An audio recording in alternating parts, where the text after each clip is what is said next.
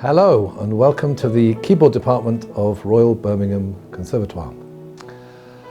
I think what's important to all young musicians at a certain point in their career is to be in an inspiring musical family where they're surrounded by very talented people and they have all sorts of ideas coming at them, they're fully stimulated and engaged, and then they have the facilities with which to work to explore their own artistic development.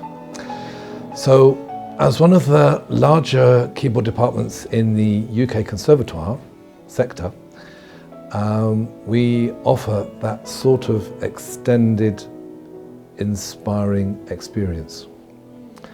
And we try to be at the centre of an international world of musicians here. So that in addition to the faculty that's in every week, we have a masterclass at least once a week, often on a Thursday afternoon, so that as one goes through one's course of study here, one meets many of the leading figures in pianism, certainly in the UK and to some extent also in Europe and the rest of the world. Our aim here is to develop talent and to help students to achieve performing careers. But also there are many students that find transferable skills going forward into whatever they end up doing to be successful in life. We have, of course, a world-class faculty. Our international chair, Professor Pascal Nemirovsky, is well known throughout the world, and his class is winning competitions right, left and centre. We recently had a quarter-finalist in Van Cliburn and the winner of Hastings International Concerto Competition and the winner of Birmingham Brant International Competition and Sheep Drove Intercollegiate Piano Competition. Well, I'm very happy, apart from teaching, and to travel for this fantastic conservatoire.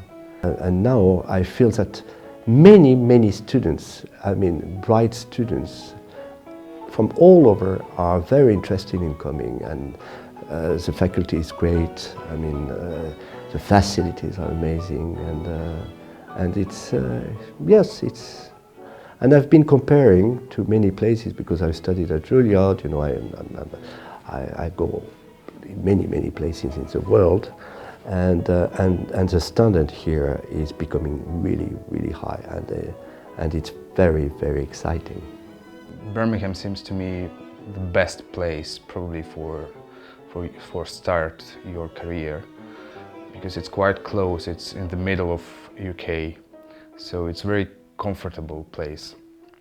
And of course, Conservatoire offers a lot of things for young musicians, such as a lot of concerts, such as a lot of festivals, and etc. So we can play, we can have a stage here, and I'm really happy to be here. So I was actually a student at the Conservatoire. I shan't say how many years ago. It's a long time ago now. So Birmingham has been my home for quite a long time now, and I think we are lucky in Birmingham with the music we have, and also in the Conservatoire, now in our wonderful new building with our amazing facilities and all our performance venues. We have so much music going on.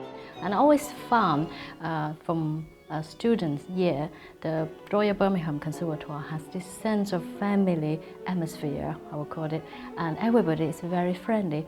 If you talk to any of our students, they will tell you about how everybody trying to help you to achieve your full potential.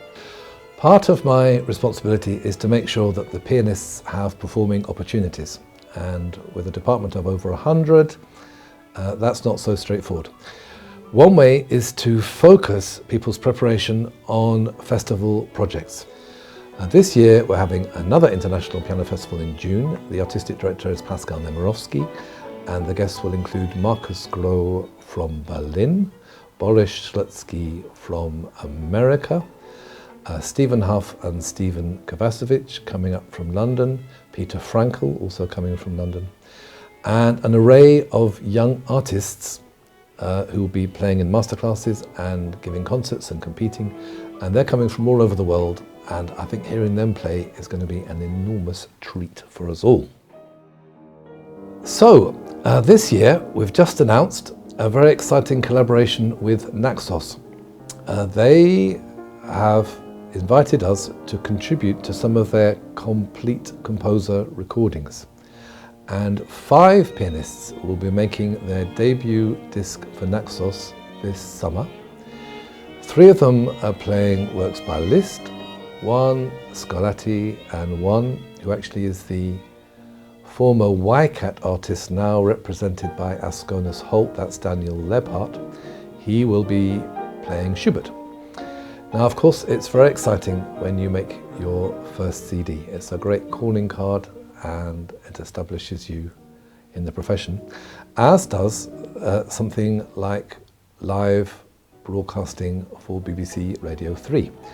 So it was also a great pleasure last year that 4 pianists gave an evening piano showcase recital for BBC Radio 3, and we'll be following that up with future broadcasts for the BBC.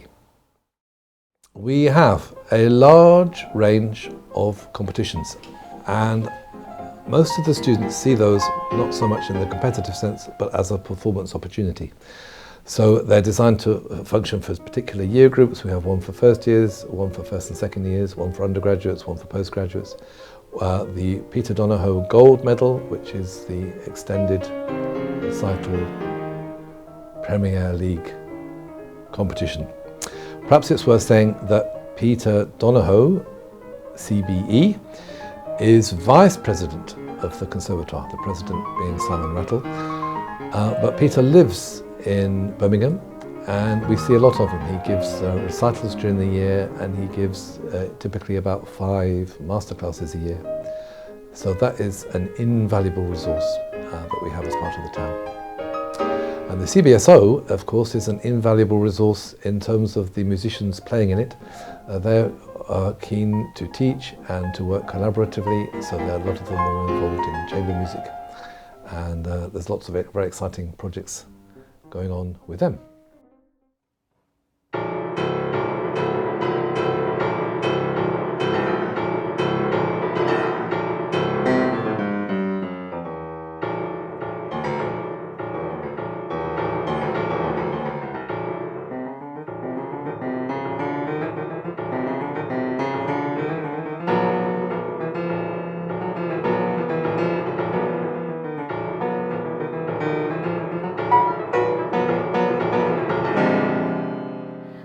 I think one of the exciting thing about our department is all our faculty, they are concert pianists and they're making album every year and they are doing lots of concerts on a world stage. So for example, my current projects, including one is called Femme de la Chambre, which is feature female composers from 18th century to contemporary.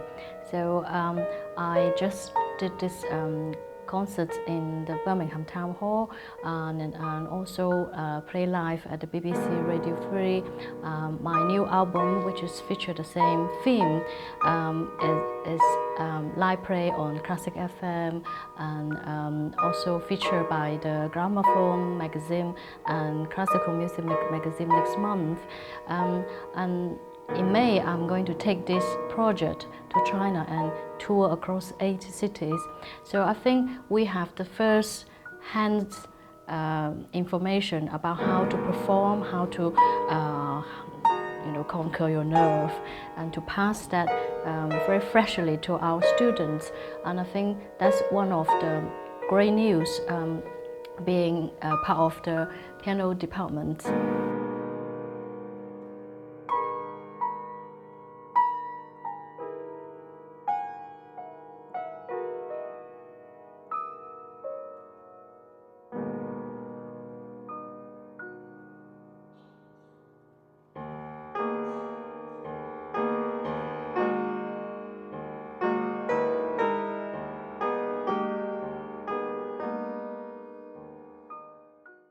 One of the things I enjoy a lot is teaching, because there's something very special going on when you're exploring a piece of music and someone's appreciating what you're showing, or you're discovering things together.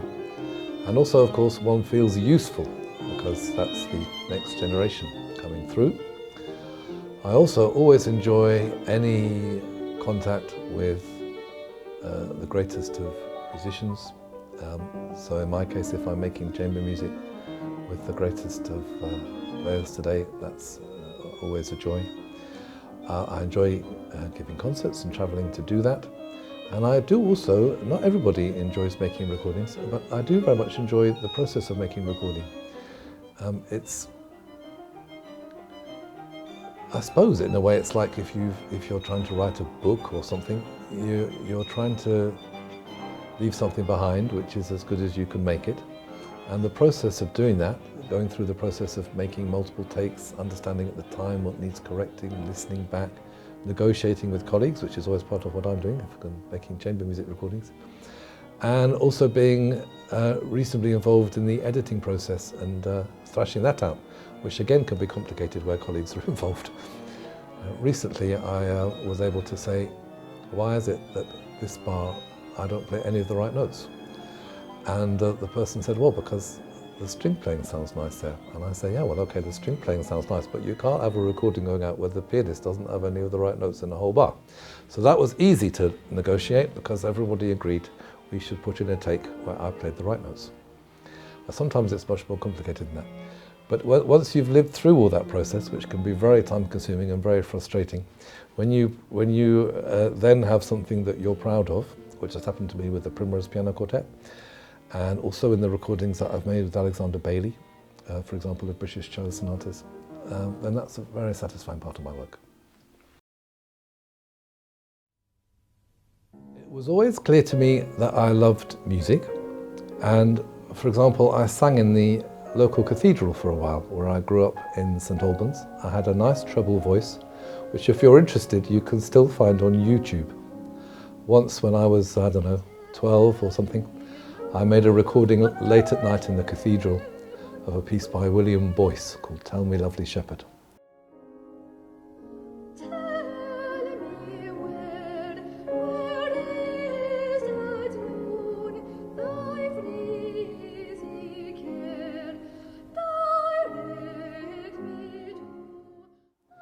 If I'm honest, the breath control isn't what I would most wish for, and I forget one of the words at the end. But the voice has got something.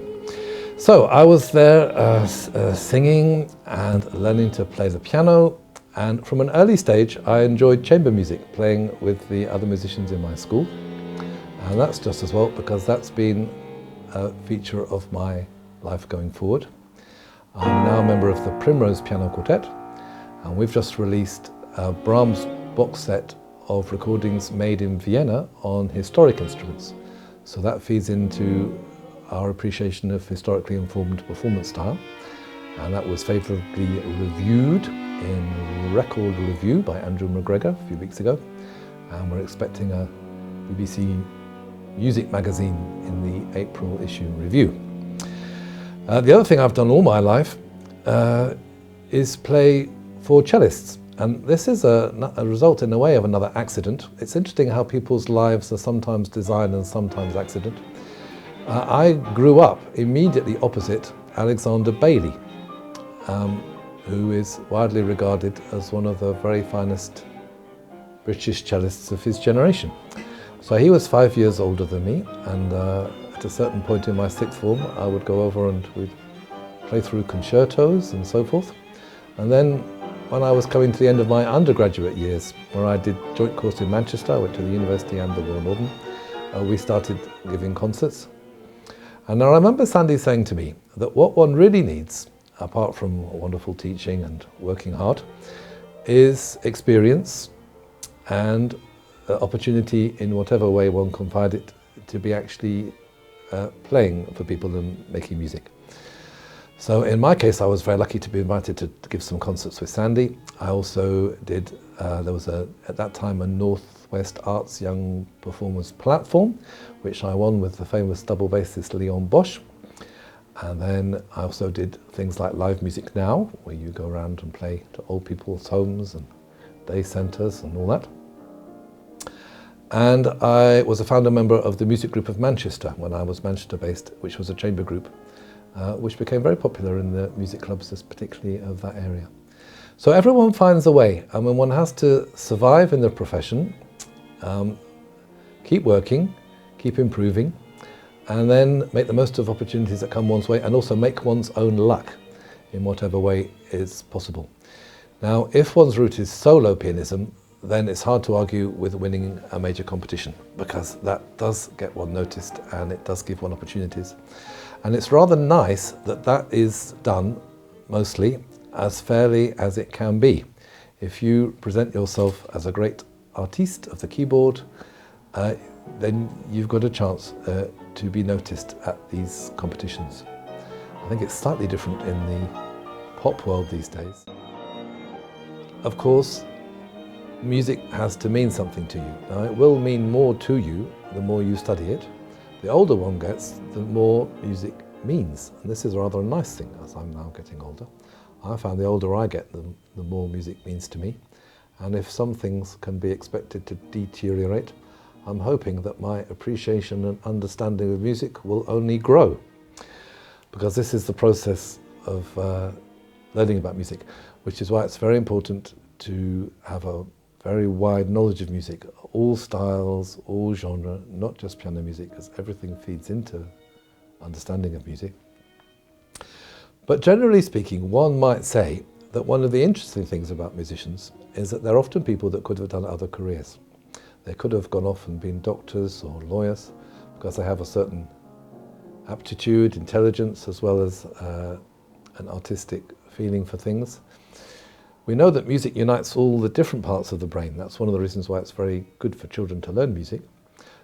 So in another sense, of course, it's demanding of every aspect of one's personality. So to have a rounded and generally capable personality is one of the things you need, and that means that you could have gone off and been a lawyer or a medic or a politician. So why did we do music? We know we're going to, by and large, be less well paid, but we hope that we are drawn closer to one of the world's greatest artistic traditions, which music certainly is, and also, by and large, we enjoy the company of other musicians who are other capable and wonderful people who have been drawn likewise to this great art form. So we can expect that our day-to-day work is with an incredible raw material, which is the masterworks that the greatest composers have written over time, and that we will enjoy the company of colleagues. And hopefully over time we'll also find a way to put a roof over our heads.